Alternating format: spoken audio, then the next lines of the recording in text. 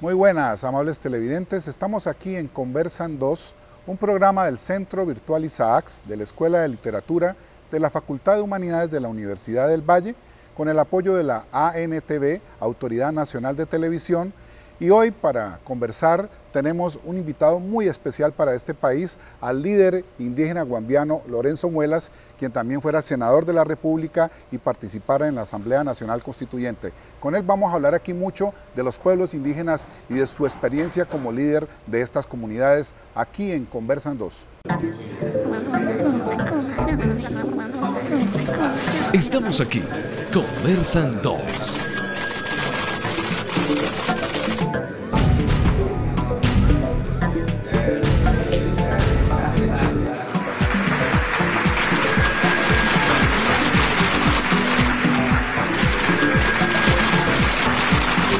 Conversan 2.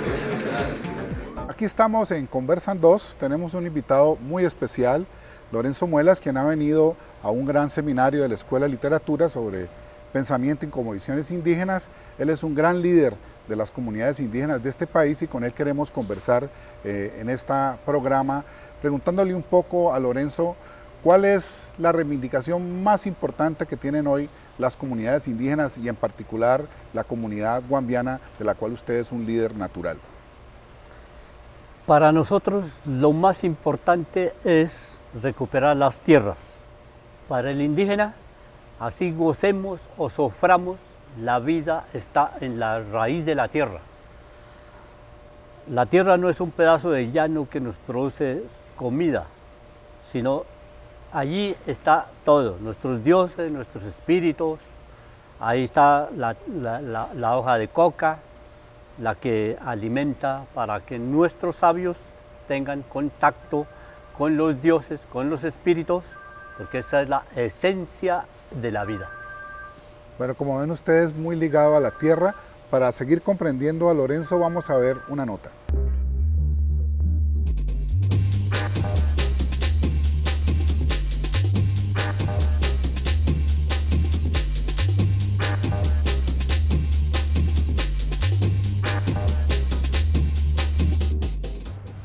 Lorenzo Muelas, según la tradición de los Misak, de la comunidad guambiana, pertenece a una línea de autoridades ancestrales. Es un hombre de una extraordinaria importancia, no solo en el ámbito del pueblo Misak o guambiano, sino que es un hombre con una dimensión nacional y continental. Cuando uno habla con Lorenzo Muelas, uno descubre que efectivamente él es un ser que encarna una autoridad ancestral, con unos procesos de iniciación y de preparación para la faena de la dirección y del liderazgo en su comunidad, construido a través de las luchas de su propio pueblo. Cuando el Taita Lorenzo fue gobernador del Cabildo de Guambía, el pueblo Misak elaboró una propuesta a la que se le llamó la Misak Ley, que es una especie de constitución propia del pueblo Misak, que es una ley mayor, una ley anterior inclusive a la ley colombiana o a la ley que nos llega con la tradición española. Él perteneció a una familia de terrajeros en la sociedad caucana.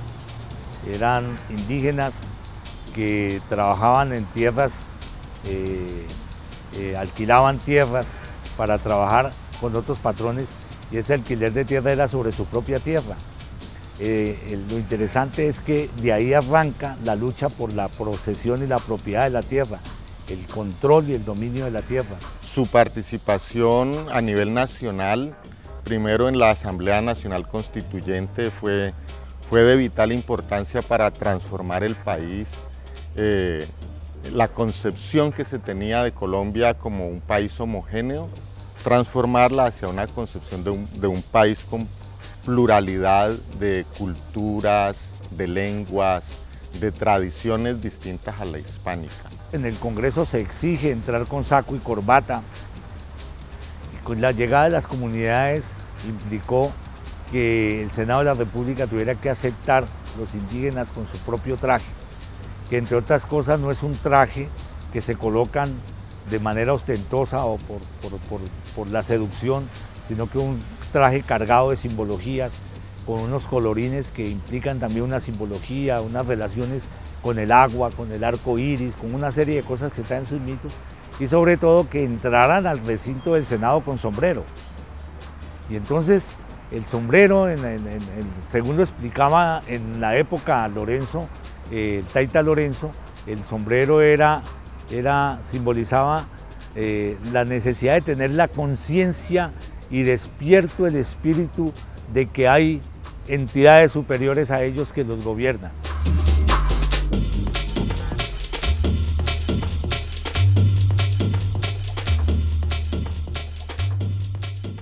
Tú llegaste a la Asamblea Nacional Constituyente con un propósito y lo habías recibido de tus ancestros. Cuéntanos un poquitico qué experiencia tuviste ahí y cómo te fue al llegar a la Asamblea Nacional Constituyente.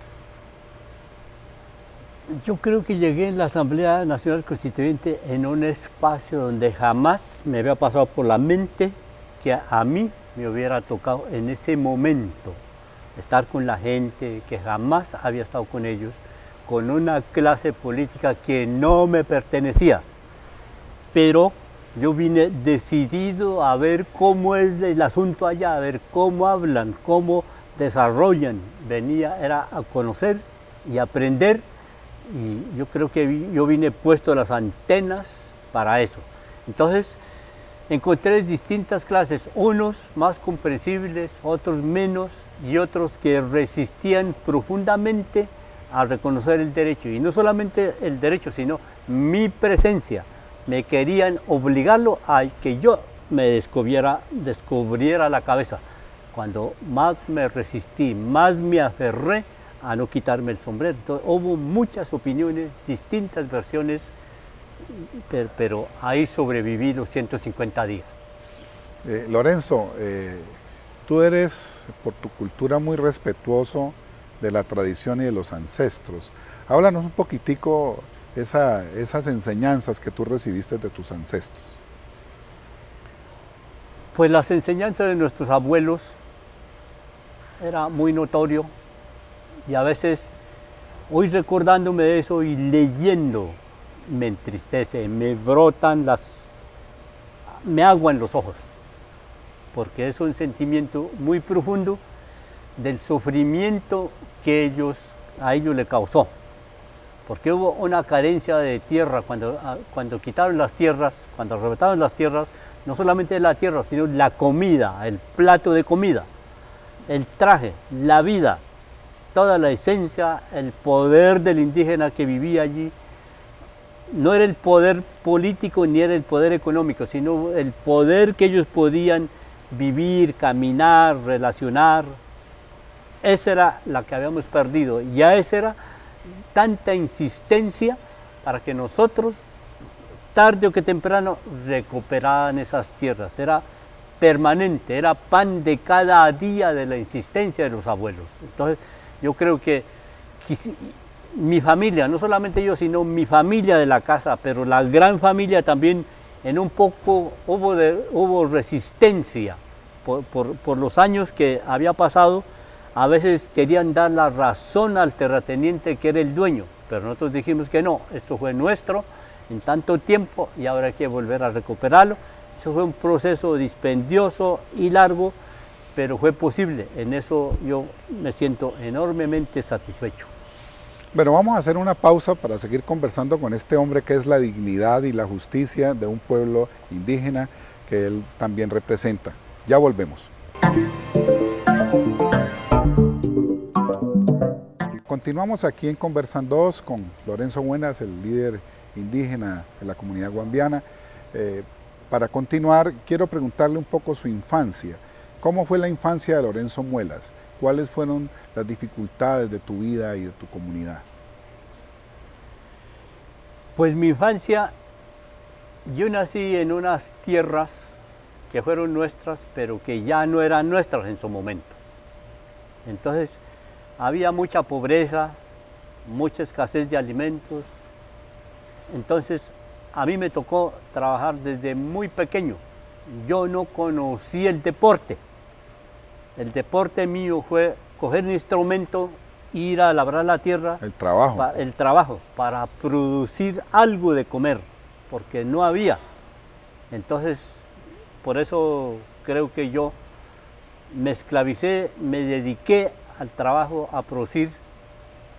Tenía otros hermanos menores para ayudar a levantar a mis padres, a levantar a ellos para tener algo de qué comer. Me dediqué fue al trabajo propiamente dicha. Entonces hoy, a más de medio siglo, yo echar mi disquera atrás, creo que hice bien. Por eso aprendí a amar la tierra, aprendí a amar los productos, aprendí a consumir lo que la tierra nos produce. Me parecía tan grato, tan noble, que uno mismo cultivar la tierra.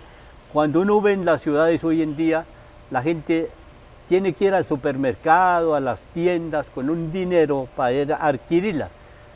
Para nosotros era diferente. Uno monta la olla en el fogón, luego va al cultivo, allá trae la cebolla, las papas. Uno adquiere de la plaza de mercado lo que uno no produce, pero lo demás tiene que tenerlo allá. Entonces empecé a hacer esa vida, pero más tarde empecé también a valorar nuestra identidad, nuestro pensamiento, a valorar la tierra. Hoy en día, en ese entonces no se hablaba ni la fauna, ni la flora, ni la biodiversidad, ni nada de eso, pero empezamos a quererla, a amarla, esas cosas que son muy nuestras. Lorenzo, tú has escrito un libro muy bello que se llama La fuerza de la gente, que es una especie de autobiografía. Y hablas muchísimo de tu formación con los demás indígenas y cómo te vas vinculando al cabildo. ¿Cómo fue esa primera experiencia de tú vincularte a la organización y ser líder de tu comunidad? Primero, fue difícil que mi gente mismo nos comprendiera, porque no era solamente yo. Nosotros somos un sector más vulnerable, pobre de los más pobres, que nos esclavizó a la terrajería. Entonces, ser uno terrajero es ser un vil miserable como un gamín. Los gamines uno ve en las grandes ciudades que duermen en la calle, bajo los puentes, piden y todo eso. Nosotros tuvimos la dignidad de no pedir, a pesar de la pobreza. Entonces eso fue lo que quise escribir, eso fue lo que quise dejar por escrito. Hasta entonces uno entendía que todos los que escribieron no fueron de adentro, sino escribieron la gente de afuera, los sociólogos, los antropólogos, y a veces sesgan. En este caso, yo, en apoyo de Marta Urdaneta, que especifica también, que aquí nos acompaña, con ella dijimos, hay que escribir de adentro, el sentimiento, la vida misma. En un principio pensé que fuera autobiografía, pero finalmente no fue ni de autobiografía, sino todo un relato histórico de la vivencia, del trato que hemos vivido. Yo creo que no fue ni biografía, sino la historia misma, la historia real. Y de empezamos toda una comunidad, ¿no? La comunidad. Empezamos en que primero el reconocimiento de mi pueblo mismo, por haber sido más pobre de los pobres, pues era uno aislado allá, como que, pero finalmente nos reconoció.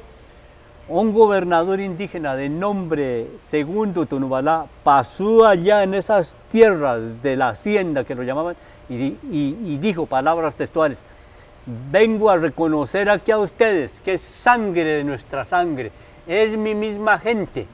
Palabras que nunca se había escuchado. Digo, vengo a reconocerte. Y a partir de eso, la comunidad también me reconoció. Eso pasó en 1980. En 1985, a mí ya me postularon como candidato a la gobernación de Guambía y fui gobernador en 1985 como en reconocimiento. Claro, en ese reconocimiento me tocó que hacer un trabajo muy arduo, muy dura políticamente, pero creo que terminé bien. Bueno, como ven ustedes, con Lorenzo es un hombre lleno de sabiduría. Vamos a hacer una pausa y ya regresamos. Continuamos aquí en Conversan 2 con el dirigente y líder indígena Lorenzo Muelas. Voy a hacerte otra pregunta más de carácter político. ¿Cómo ves tú el proceso de paz y de qué manera las comunidades indígenas pueden contribuir a que él se cristalice, se concrete? Pues el proceso de paz nosotros siempre la hemos esperado. No sé de ustedes que viven en las ciudades o el gobierno mismo que vive en los palacios, custodiados por mucha fuerza de seguridad, deben sentir distinto. Pero nosotros que vivimos allá a la intemperie, sin ninguna protección ni nada, la seguridad es, el proceso de paz es demasiado importante. Queremos vivir en paz, a ver si es posible. Pero este proceso de paz, que cada vez que intentan hacerlo, siempre han fracasado. Porque no ha habido una voluntad política entre las partes. Por eso, como no hay una comprensión, no hay un entendimiento, por eso hay guerra. Por eso, cuando hay muertos allá, se alegran los de acá, pero cuando hay muertos acá, se alegran los de allá, aplauden. Y eso así no vamos a tener paz a corto plazo. Yo creo que un proceso de paz debe ser muy humano, muy sincero, muy honesto. Realmente sentarnos todos y a ver cómo distribuimos los recursos, las tierras, y cada quien lo que le corresponde a trabajar, a producir para la sobrevivencia de la gente. Pero creo que es muy difícil. Así haya convenios, así pacten. Yo creo que hay mucha gente que no quieren trabajar porque ya están enseñados a estar disparando, un vicio que casi que es como irrecuperable. Pero espero la esperanza de que puedan llegar a ese proceso de pacificación del país. Pero este que están haciendo hoy en Cuba, en Habana, no es un proceso de paz de nosotros. A nosotros, ¿acaso el gobierno no nos ha consultado? Ni las FARC tampoco. A nosotros nadie nos ha consultado. ¿Qué pensamos? Es la primera vez que tú, decano de esta facultad, nos pregunta ¿qué opina? A nosotros por eso pienso que no es un proceso de paz de nosotros. La van a hacer ellos allá para ellos. Y luego a nosotros simple y llanamente quieren someternos como siempre lo han hecho. Esa es la preocupación que tenemos.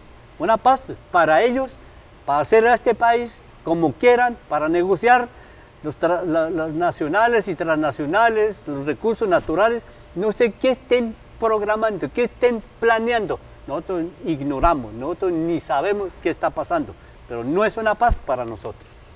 Bueno, después de esta respuesta de Lorenzo, tan sabia, vamos a ver otra nota.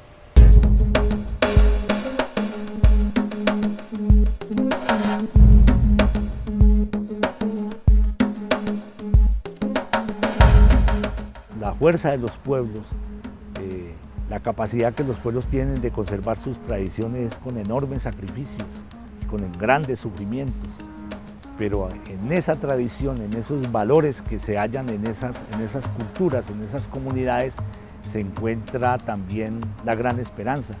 Ellos dicen una cosa muy interesante, dicen que el futuro está en el pasado. Es decir, es con los valores ancestrales que se puede visualizar el destino de la comunidad. Los pueblos originarios tienen mucho que enseñarnos a nosotros. Cuando nosotros miramos las propuestas políticas, las propuestas éticas, las propuestas filosóficas del pueblo Misak, del Taita Lorenzo, frente a la situación del país, nos damos cuenta de que el Taita Lorenzo Muelas es un hombre auténtico, ¿no? Y desde esa autenticidad, desde esa claridad de pensamiento que tiene, él es muy crítico frente a esos manejos de la politiquería. Este es un dirigente con una gran capacidad autocrítica y piensa que uno de los problemas más serios es el problema de la presencia del dinero y del comercio con el dinero, con unos recursos que llegan a las comunidades y que propiciaron en muchos lugares del país, propiciaron dinámicas de corrupción de la que se arrepiente Lorenzo Muelas de haber participado, de haber propiciado que eso ocurriera. Esa es la dimensión y la importancia tanto de personajes como el Taita Lorenzo Muelas, como de los pueblos indígenas que hacen un aporte desde una cosmovisión, desde un pensamiento solidario, por ejemplo, frente al egoísmo, de una economía solidaria, ¿no? Frente a la economía del capitalismo salvaje. Pensar en el sustento de los pueblos, en un desarrollo, pero que no destruya la naturaleza. La tierra es la madre en las comunidades indígenas y por lo tanto es el lugar de la conservación y es el lugar de la protección, es el vientre materno en las comunidades indígenas. Eso es un gran valor, pero más de significar ese valor, la tierra también es el agua. Y entonces esos dos elementos, tierra y agua, determinan un modo de estar en el mundo. El territorio además implica una historia, implica unas tradiciones, ¿no? La memoria de los pueblos está ligada a una montaña, a un río, a una laguna. Allí habitan los espíritus de la naturaleza. Entonces no es simplemente la lucha por un espacio de producción económica, ¿no? Sino que es un espacio de reproducción cultural, ¿no? Es donde el pueblo puede darle continuidad a su ser como pueblo.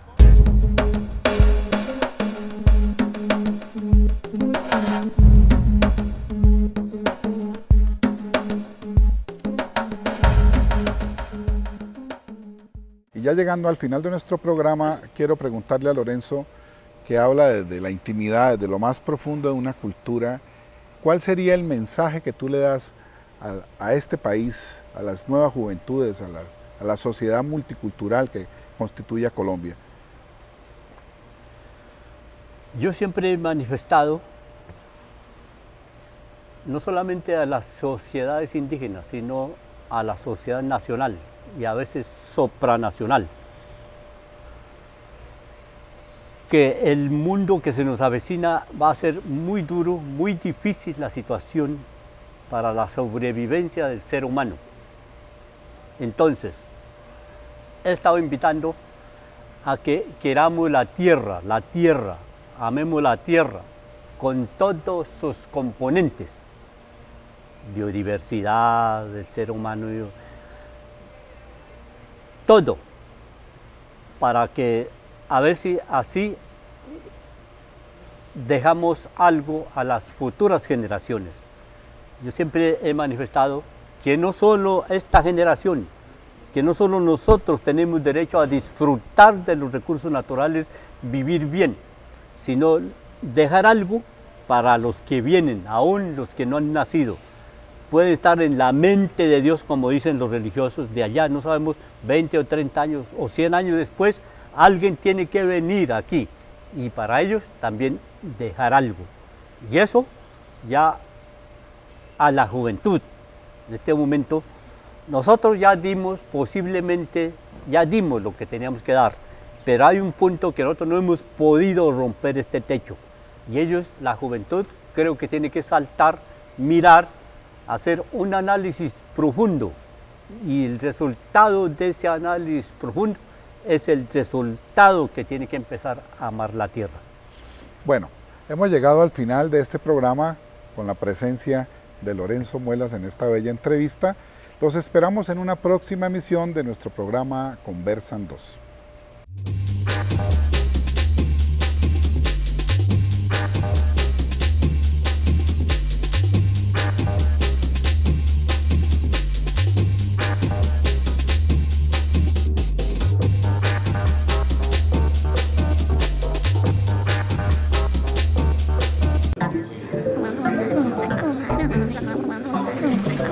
Estamos aquí, Conversan 2.